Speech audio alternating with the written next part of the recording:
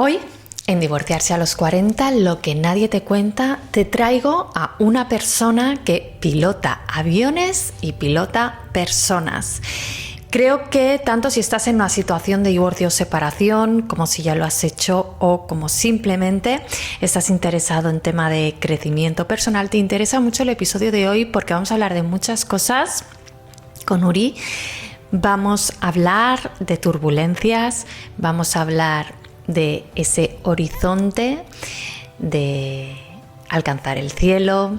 Vamos a hablar de motivación, de esperanza, de cambio, de miedos y también de soluciones para superar esa situación de cambio en nuestra vida y para darnos esperanza, porque como él dice, ¿no? Todos los días sale el sol. Espero que te guste y sobre todo, si es así, no te olvides de dejarme un comentario. Bienvenidos al episodio 39 de Divorciarse a los 40, lo que nadie te cuenta. Y hoy estamos con Uri Pujol Sans. Él, pilota aviones y personas, es coach y speaker motivacional. Pues bienvenido. Pues muchísimas gracias por esta invitación. La verdad que me hace mucha ilusión, además que sea el episodio 39. Porque tú cuando me invitaste no sabías que mi número favorito es el 39 y que aparece muchas veces en mi vida. Así que, wow, me flipó y dije, pa'lante. Ya, yo he alucinado, pero ¿qué te dije? Que no era casual. No, para nada. Yo no creo en las casualidades, sí en las causalidades.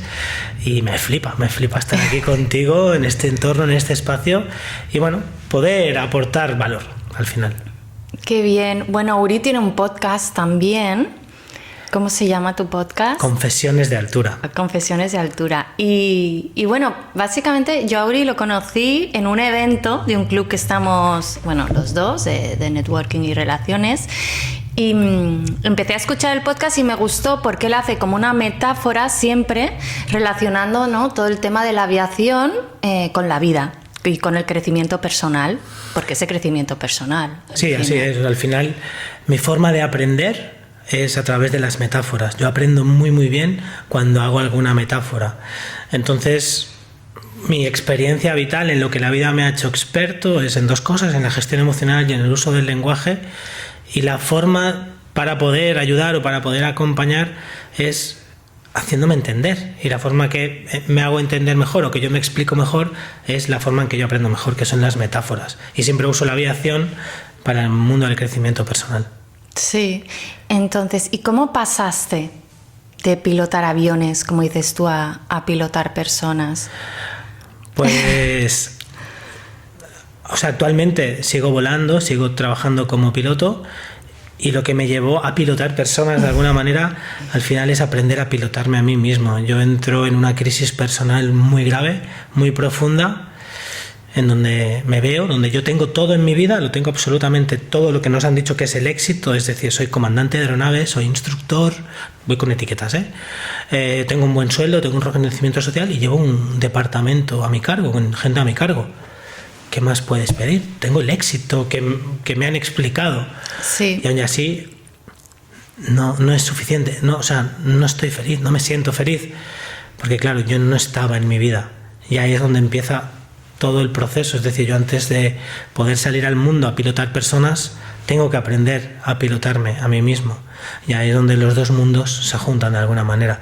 Pero es gracias o a través de una crisis profunda, muy grave que tuve. Y, como coach y speaker motivacional, cuéntame un poco, ¿cómo llegaste hasta ahí? A hacerte... Pues si yo me remonto, mirando mi vida con perspectiva, me voy a ver qué es lo que yo hacía en mi vida sin que nadie me mirara y sin que nadie me premiara por ello, ¿no? Y lo que yo hacía siempre cuando era pequeño era ayudar.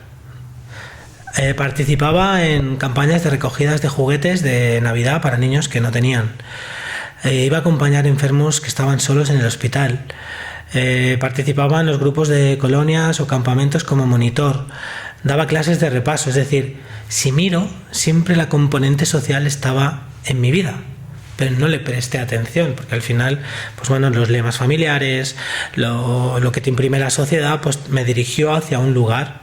Entonces es como, visto con retrospectiva, cuando yo entro en esta crisis, vuelvo hacia adentro, vuelvo al origen. Al final, en el origen es donde yo he encontrado las respuestas, y ahí es donde hago posible, o digo, bueno, ¿cómo lo hago esto? Para mí se me cruza un ángel en mi vida, que yo le llamo, que es una persona que me habla del coaching por primera vez, y me llamó la atención y me metí. Y en lo que yo pensaba que era un curso de aprender a ser coach, era un curso de descubrimiento personal o de crecimiento personal con un coach americano, que para mí los americanos ahí sí que son muy buenos. Entonces ahí empezó mi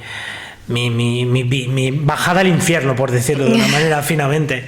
Y ahí es donde, cuando yo bajo al infierno, a través de todas las formaciones que he hecho, donde recupero esta parte que te contaba del pasado y la pongo al servicio. O sea, considero que he caído en la cara buena del mundo, donde tengo algo innato que es ayudar a los demás, y donde lo pongo al servicio para aportar valor. Esa es mi Claro, a mí me pasa lo mismo, y casi todos los que hacemos esto, ¿no?, que ayudamos y acompañamos, nos viene desde una propia experiencia, ¿no?, personal, y a raíz de allí te empiezas a formar y ayudas a otros, ¿no? Eso es.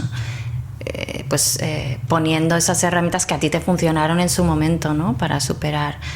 Entonces, bueno, dicen, ¿qué tiene que ver el tema de la aviación y el tema de la motivación, ¿no?, con los divorcios y con la transformación personal? Bueno, la transformación personal mucho, que yo siempre hablo en este podcast de transformación personal, porque al final todo el proceso de divorcio es un viaje. Y sobre todo, claro, hay un punto de inflexión, ¿no?, que es el divorcio, que es lo que hace que cambie tu vida. Y da muchísimo miedo, ¿no? Y entonces hablamos ahí de los miedos, también, que tú lo has hablado en algún episodio de tu podcast, que por ejemplo cuando estás en el avión, las turbulencias, ¿no?, que es también como algo que da, es como un aviso, y es como cuando empiezas a tener miedo, la gente que nunca ha tenido miedo a volar, pero de repente cuando se empieza a mover el avión y hay turbulencias, ahí es cuando, ¿no?, se activa ahí el miedo en todo el mundo. ¿Cómo podemos, es decir, cómo puedes ayudarnos a gestionar esos momentos, ¿no?, que en el tema de la aviación vendrían las turbulencias, y en nuestro momento de cambio en la vida, ese miedo que podemos tener? Entendiendo. Cuando yo entiendo es cuando puedo aceptar algo. Entender que las emociones no son ni buenas ni malas, sino que son agradables o desagradables. Entendiendo que la emoción tiene una finalidad en nuestra vida, que sea la que sea. Si hablamos de miedo, la función del miedo es protegernos de una forma muy primaria, a lo mejor o a veces, dependiendo de la situación, pero nos tiende a proteger. ¿Cuándo entra miedo? Cuando no controlamos, cuando nos enfrentamos a algo nuevo. Un divorcio es algo nuevo, a lo que te enfrentas, a lo que tú tienes unas expectativas de vida, por algo te casas o formalizas una relación con una persona, y llega un punto de ese viaje que decías tú, en la que algo no va bien, y ya dejas de controlar, la expectativa no se cumple, dejas de controlar y no sabes qué hacer, y nos entra miedo porque no sabemos qué hacer, y ahí es donde entra la turbulencia. Si yo empiezo a entender, a hacerme preguntas correctas y a entender qué me está pasando, es cuando podré empezar a aceptar la situación. En un avión, el pasajero tiene miedo porque no entiende lo que le está pasando, simplemente sabe que hay una señal de cinturones y que el avión empieza a zarandearse de alguna manera. Claro, yo como pasajero pierdo todo el control. En cambio, como piloto tengo todo el control, yo sé lo que está pasando, sé lo que tengo que hacer. En el avión, ¿qué hacemos? Ponemos cinturones para que la gente esté segura. Nosotros como pilotos nos ponemos el arnés entero, con lo que estamos muy seguros, y lo que hacemos es reducir la velocidad. Con lo que, si lo aplicamos a la vida real o a la vida, digamos, de tierra, no de aire, en una situación en la que algo me está pasando, como puede ser un proceso de divorcio, ¿qué es lo que puedo hacer? Pues lo mismo, ponerme sentirme seguro de alguna manera, es decir, buscar mi entorno seguro y reducir la velocidad. ¿Para qué? Para que las cosas no me pasen tan rápido, y ahí tengo más capacidad para pensar. Exacto, es verdad. Justamente es que ayer, que hice un live con otra chica que es mentora también de mamis divorciadas, ella es de Murcia y tiene una asociación, hablábamos de la autoexigencia, porque es que me resuena mucho con el tema de la autoexigencia, de que tienes que reducir esa exigencia cuando estás en ese periodo, o sea, en ese proceso, sobre todo al principio, porque si ya es difícil para los padres llegar a todos con nuestro día a día, cuando eres tú solo, que te conviertes en familia monoparental, ¿no? Al separarte, pues todavía más, es como que todo se te hace un mundo, porque además tienes que reorganizar la vida que tienes y seguir, ¿no? Manejando ahí, ¿no? Pilotando, diríamos, con lo que tienes en ese momento. Entonces, es verdad que muchas veces decir, bueno, aceptar que no pasa nada porque ahora no tenga todo perfecto, porque no pueda llegar a todo. El resto de las áreas de mi vida pues van a estar un tiempo desatendidas, no pasa nada, y no, ya lo retomaré. Y al final entender que en la vida no siempre puede estar todo al 100%. Es verdad que es importante, siempre hablamos del equilibrio, pero no es del todo real ese equilibrio en nuestra vida, porque siempre va a haber un ámbito que va a estar, ¿no?, más atendido que otro. O sea, siempre va a haber 50, 60 o... No, 50, 60 no puede ser, pero bueno, 40, 60, y no pasa nada si en ese momento tienes que estar más pendiente del tema de los niños y de su bienestar. Pues yo qué sé, priorizar algo al final, siempre son prioridades, pero cuando dices tú, cuando reduces al final la velocidad y dices, vale, pues ahora en este momento de mi vida voy a priorizar algo y te centras en eso, es cuando puedes pensar y decir, pues voy a hacer un plan, voy a decidir qué hago, y al final es un poco lo de tener un buen plan, es parar a pensar y organizarte. Sí, al final, o sea, yo soy, ya te digo, la vida me ha hecho experto en dos cosas, en gestión emocional y uso del lenguaje.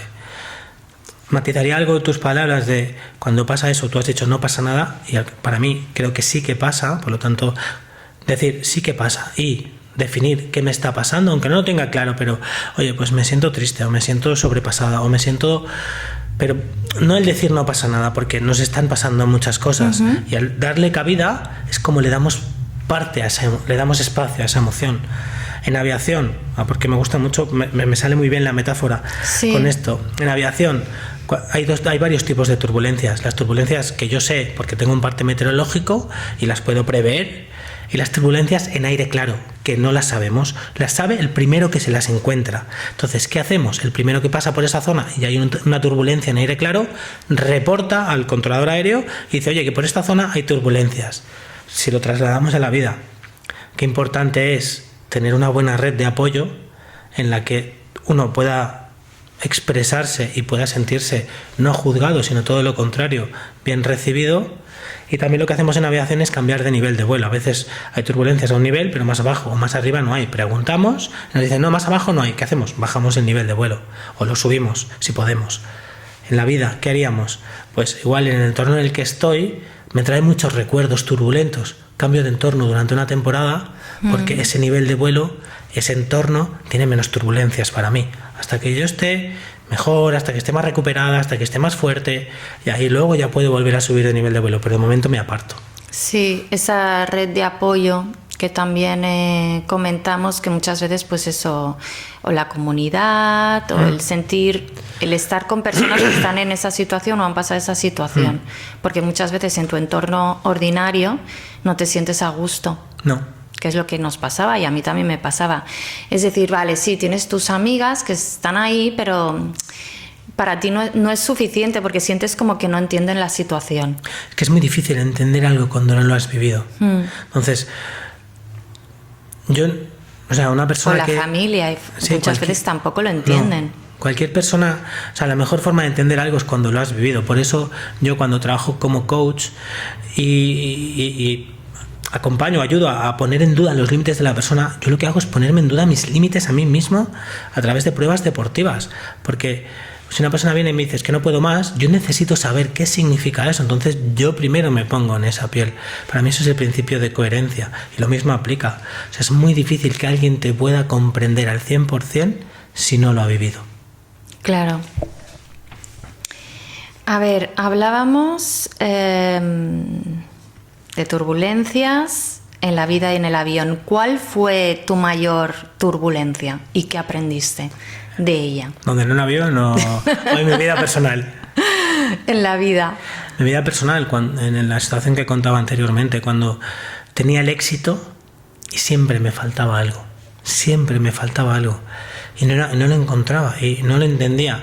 Esa fue mi mayor turbulencia, en la que caí en el pozo más profundo y que después, gracias a ellos, en el principio es una mierda. Dices, es que esto es una mierda. O sea, ahora lo cuento, pero en ese momento para mí fue muy difícil superar esa turbulencia, esa caída, porque estaba haciendo todo bien, se supone, y mi vida era un desastre. O sea, estaba roto por dentro. Entonces ahí aprendí que al romperme por dentro es como un huevo. Si yo lo rompo por fuera, hacemos una tortilla, pero cuando el huevo se rompe por dentro, nace un pollito. Entonces, al yo romperme por dentro, eso dejó que entrara la luz y evidentemente, yendo a terapia y siendo ayudado por profesionales, aprendí a crecer y a no depender de los demás. A intentar no buscar esa validación externa, sino interna, a no buscar que me quieran desde fuera, sino empezar a quererme. Ese es mi aprendizaje, ese es mi camino. Es que yo creo que ese punto, ¿no?, de inflexión, cuando sucede algo así en la vida, ¿no?, como es en el caso de una separación, no solo es una oportunidad. Cuando yo hablo de oportunidad para transformar tu vida, sobre todo es una oportunidad para muchas cosas, pero es para trabajar todo eso que ya había, que viene de la infancia y que no nos habíamos dado cuenta o que no éramos conscientes, y es una oportunidad para sanar todas esas heridas que hemos ido arrastrando o para cambiar patrones que hemos ido repitiendo a lo largo de nuestra vida. O sea, es ese momento que es una oportunidad para, pues, mejorar la autoestima, trabajar el merecimiento, es decir, todas esas áreas que son fundamentales para tener una vida equilibrada y para sentirnos plenos y felices, que tenemos que trabajar y que anteriormente no lo hemos hecho. Ana, también hay que tener en cuenta que va a doler. O sea, claro, es que es un esfuerzo y hay mucha gente que no está dispuesta a pasar por ahí. Por eso hay mucha gente que dice no quiere ir a terapia o no quiere ir al psicólogo. Es mucho más fácil, decimos, echar pelotas fuera y culpar siempre al exterior, a los demás, de lo que me sucede y a mi expareja, que no hacer esta reflexión y este trabajo interior, porque eso implica un esfuerzo, implica asumir una responsabilidad que no todo el mundo está dispuesta a asumirla, porque no quieren ver la realidad, porque la realidad es dolorosa. Tal cual, tal cual. La pregunta clave para mí cuando trabajo con alguien es: ¿cuánto quieres lo que dices que quieres? ¿Cuánto estás dispuesto a pagar por llegar allí? Que vamos a llegar, pero hay un camino. Es como cuando subo una montaña. O sea, yo quiero llegar a la cima de la montaña. Ahora, tengo que subir. Y ahí va a haber dolor, va a haber sufrimiento. Porque es natural sanar. Cuando tenemos una herida en un brazo, o sea, hay que desinfectarla. Y pica. Y duele. Luego se sana. Entonces es: ¿cuánto quieres lo que dices que quieres? Esa sería la pregunta. Claro, pero ves la diferencia entre gente, ¿no?, que entra, ¿no?, como en ese proceso, ese viaje, digamos, en este caso sería, ¿no?, como el viaje de sanación, y hay gente que no, que se queda siempre ahí en el punto. Se queda siempre como con esa amargura dentro de, ¿no?, siempre pues, ostras, echando la culpa, sigue como negando parte de la realidad. O sea, es como que no acepta la situación y siempre es el rencor, el enfado hacia la expareja y siguen como siempre culpando y van cayendo siempre en el victimismo. Entonces, ¿qué es lo que no les deja avanzar? Pero se quedan ahí. Y hace muchísimos años que ya se han divorciado y siguen en el mismo punto. Sí. Esto yo me lo encuentro también. Pero también piensa que esa persona lo hace lo mejor que sabe, si no supongo que claro, yo creo que no es consciente. Eso es. De ahí lo que hablabas tú antes, ¿no?, de rodearte de personas que han estado en esa situación y han cogido otra salida. Porque con ese enseñar o sea, no te lo enseño porque lo he leído, te lo enseño porque lo he vivido. A partir de aquí coge lo que quieras. Yo creo que esa es la parte importante. Y la parte que haces tú con tu acompañamiento, decir, oye, yo estaba ahí. Si quieres, podemos probar otra salida que la que estás tú ahora. ¿Quieres o no? Y ahí es donde la persona decide. Y también hay que aceptar, como coach o como terapeutas, que no todo el mundo está dispuesto. Claro, es que eso implica también valentía por tu parte. Y vulnerabilidad. Para mí la clave es, la valentía es después, lo primero es la vulnerabilidad. Pero para ser vulnerable también hay que ser humilde. Total, es que son las 3 palabras clave. Sin eso no es posible. Sin ese reconocimiento, es decir, si yo me separo, si yo me divorcio, hay una responsabilidad compartida. No todo es... Yo no hablo de culpas, hablo de responsabilidad. Entonces, hay algo que yo estoy haciendo que afecta en eso, seguro. Y la otra persona tendrá su parte. Y ahí empieza, por la humildad. Claro, es que si no lo haces, ¿qué pasa? Que nunca va a mejorar tus relaciones a posterior, porque siempre vas a tener eso, ¿no? Que al final no te deja ser libre, porque estás siempre atado al enfado, es decir, tú no tienes el control de tu vida.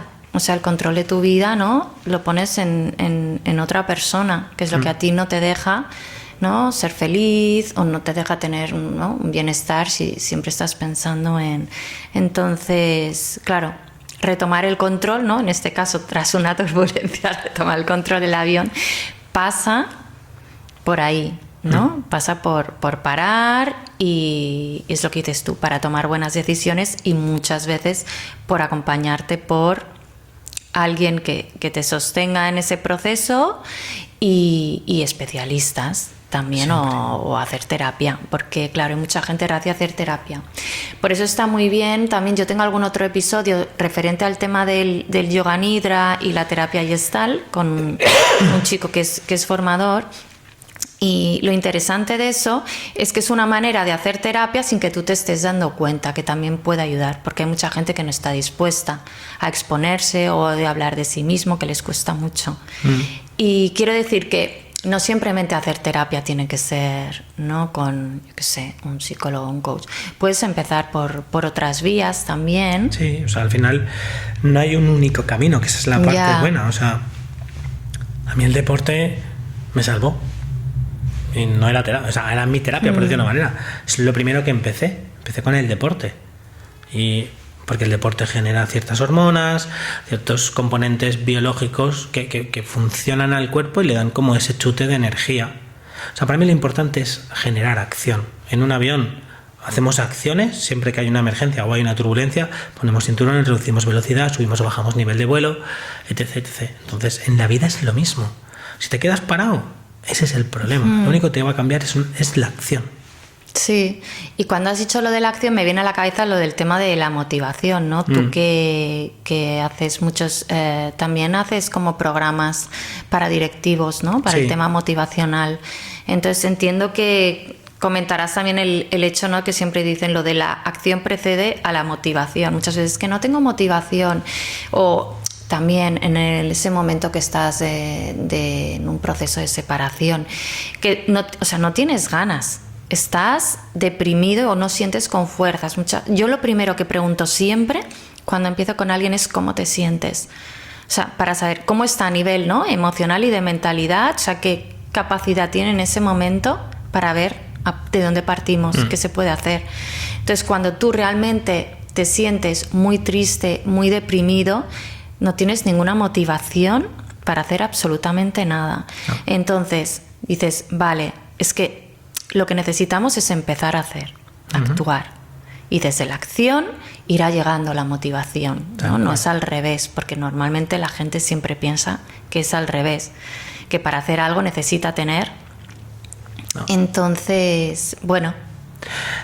Y al final lo que tú dices, cuando vienes muy bajito de energía, no puedes generar una gran acción. Sino hagamos algo simple, algo sencillo que puedas llegar a cumplir y de lo que estés súper orgulloso cuando acabe el final del día. ¿Eso qué es? Pues me voy a tomar un zumo de naranja al bar de la esquina. ¡Fantástico! Hacerme la cama todas las mañanas. Hay un vídeo súper chulo de motivación que habla el general. Hay un libro de esto. ¿Ah, sí? Un libro de Hazte la cama o algo. Sí, pero uno de estos bestsellers que se titula así. Pues es lo mismo, o sea, la primera acción del día y de la que puedes estar súper orgulloso, pero cuando llegas a casa es como, guau, me voy a tumbar, aunque no salgas de tu casa, da igual, pero son pequeñas acciones, porque no puedes empezar por algo grande, lo que dices tú, o sea, vamos a algo muy pequeño, y lo pequeño muchas veces acaba siendo algo mediano. Claro, es que cuando es verdad que te pones un objetivo a cumplir, que es quizá demasiado grande, entonces no lo haces, tiene que ser pequeñitos. Y luego entras en un bucle, en un círculo descendente en el que no lo he cumplido, me siento mal y más lo que me pasa. No, algo muy, muy pequeño, muy pequeño. Lavarme la cara todos los días, wow. Peinarme, cosas fáciles. Eso mis hijos no lo he conseguido nunca aún. A ver, ¿qué significa para ti apuntar al cielo? Que el otro día vi un reel que dijiste lo de apuntar al cielo.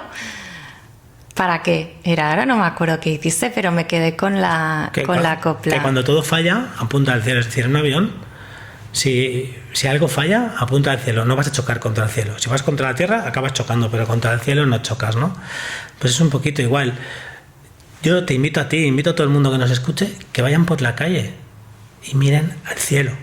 Y verán cosas de su ciudad o de su pueblo que no han visto nunca. Yo siempre voy mirando las casas porque son tan bonitas aquí en Barcelona, ¿no? Con nuestro Eixample y todas las casas modernistas, pero claro, mi padre es igual y un día se dio contra una farola. Pero yo prefiero salió hasta la de la farmacia del ruido, que el sonido que hizo. Bueno, estuvo así con un ojo que me daba angustia mirarlo y yo, qué angustia. ¿Sabes? Es donde hay que tener cuidado.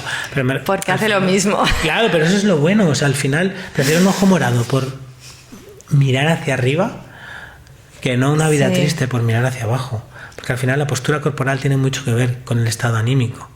Y en la sociedad en la que vivimos, en la que miramos el móvil continuamente, eso es lo que nos pasa. Pues para mí apuntar al cielo es, oye, mira hacia arriba, porque es enorme el cielo. O sea, tiene que haber una estrella para mí arriba. ¿Seguro? Porque es muy grande, o sea, es imposible que no. Y yo cuando pienso apuntar al cielo, lo identifico como pensar en grande. También es que tú miras al cielo aquí, porque ahora estamos en una ciudad más difícil, pero es más, si miras hacia arriba, ves más que si miras hacia abajo. Pues aplícalo a la vida. Sí, porque a lo mejor no llegas hasta el cielo, pero uno llegas hasta las nubes. Y las sobrepasas. Mira, lo bueno que tiene mi profesión de piloto es que siempre sale el sol. Por muy nublado que esté aquí abajo, cuando yo atravieso las nubes, que implica turbulencia, luego sale el sol. Pues lo mismo con el cielo. O sea, por mucha nube que haya, por muy oscuro que sea la noche, las estrellas siempre brillan. Sí, no sé si esto puede dar un poco de esperanza a las personas que nos están oyendo que están en ese momento peor, ¿no? Ese momento inicial de la separación, pero quizás sí, esto lo hemos oído siempre, lo de siempre sale el sol. Y a mí la verdad es que pensaba, bueno, no me alivia mucho, pero sí que hay algo que me alivia un poquito más, que es pensar que realmente es como cuando te vas de viaje, te das cuenta de lo grande que es el mundo y de lo insignificantes que somos nosotros. Es decir, que no es para tanto. O sea, al final sí que te ayuda a relativizar. Es decir, vale, sí, yo tengo este problema, pero, o sea, te fijas cómo viven otras personas y dices, bueno, están en otras circunstancias, tienen otro tipo de problemas que seguramente son mucho más graves de los que yo estoy teniendo. Es decir, no es tan malo. Si yo ahora me pusiera en lo peor, me podrían suceder muchas más cosas. Quiero decir, esto lo puedo perfectamente solucionar. Es decir, esto sí, no, o sea, quiero decir, no es tan grave. Yo puedo con esto. ¿Sabes? Si lo vas pensando y te comparas con otras personas o con otras situaciones que ves en el mundo y luego te das cuenta que al final tampoco eres tú el centro del universo. Entonces, si hay cosas que no se hacen, vuelvo otra vez a lo mismo de priorizar y de la autoexigencia. Si hay cosas que no se hacen, tampoco pasa nada. O sea, el mundo sigue funcionando, quiero decir, a la gente le va a dar exactamente igual, no lo va a tener tan en cuenta. Entonces, bueno, relajémonos y yo puedo con esto. O sea, puedo con mi día a día, poco a poco. Es lo que tú dices, pasito a pasito me voy poniendo objetivos pequeños. El tema es accionar, ir avanzando, aunque sea poco a poco, y ya está. Y relativizar las cosas, porque tampoco es tan importante. O sea, tampoco lo que yo hago, deje de hacer, va a tener un impacto en el mundo, ¿sabes? Y siempre hay cosas peores. Al final, O sea, cuando lo hemos pasado es más fácil hablar desde donde hablamos. Sí. También las comparativas, siempre habrá gente mejor y peor. En aviación, cuando tenemos un problema, una emergencia o una turbulencia, volvemos a los básicos, que le llamamos nosotros, y tenemos un protocolo de actuación, que es volar, primero, hablábamos de prioridades, volar, navegar y comunicar. Es decir, volar. ¿El avión vuela? ¿Estoy volando? Vale, sí, el avión no se va a caer. ¿Tengo combustible? Sí. Ya sé, el avión vuela, perfecto. Pues ya no tengo que hacer nada más porque el avión está volando. Navegar, ¿dónde estoy? Aquí. ¿A dónde quiero ir? Aquí. ¿Y qué me pasa? Vale, esto. Y luego ya comunico lo que me pasa. Pues en la vida es lo mismo, ¿no?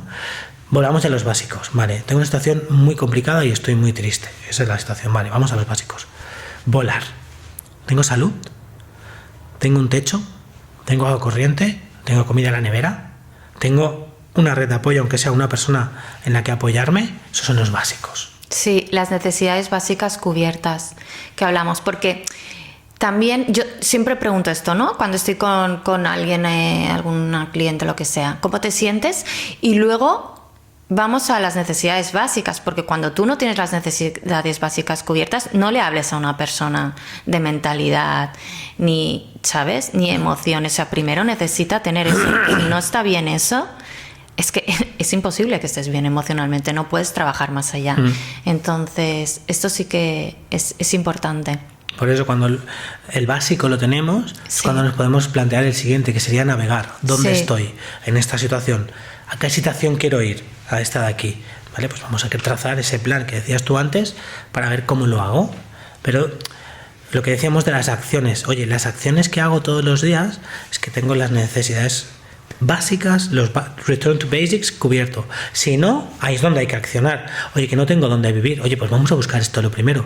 Es que no puedo comer nada, es que mis hijos no tienen nada que comer. Oye, pues vamos a buscar la forma de que eso pueda ser.